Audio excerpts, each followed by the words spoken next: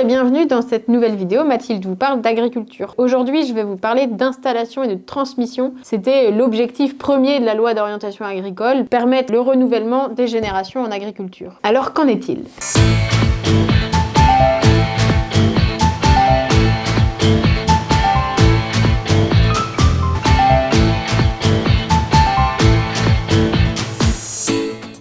Dans les années 90, il y avait 1 million d'agriculteurs et d'agricultrices en France. Aujourd'hui, on est à moins de 400 000.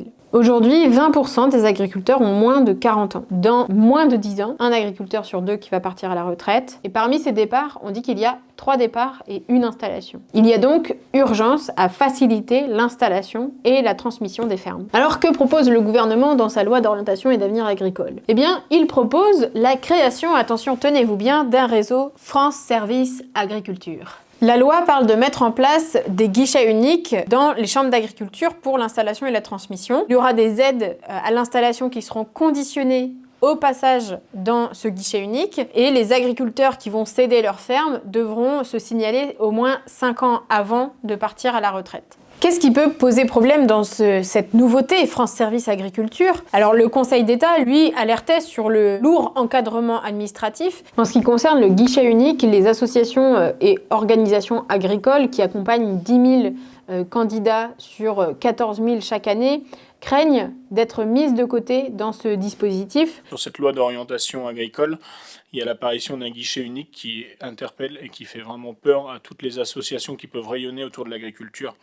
Et notamment de l'agriculture paysanne. Ce guichet unique, il est vraiment un frein, je pense, au renouvellement des générations. C'est pour ça qu'il est important de garantir la pluralité des acteurs du milieu agricole. Même si l'objectif de cette loi, c'est de renouveler les générations d'agriculture, en réalité, il est critiquable puisqu'il n'y a aucun chiffre dans ce projet de loi qui dit combien d'agriculteurs et d'agricultrices on va installer dans les prochaines années. Alors nous, ce qu'on dit, eh bien, c'est d'avoir un objectif d'un départ, une installation à partir de 2025 et puis d'installer en plus 300 000 agriculteurs et agricultrices. L'accès au foncier, c'est aussi une des difficultés majeures que rencontrent les porteurs de projets lorsqu'ils souhaitent s'installer.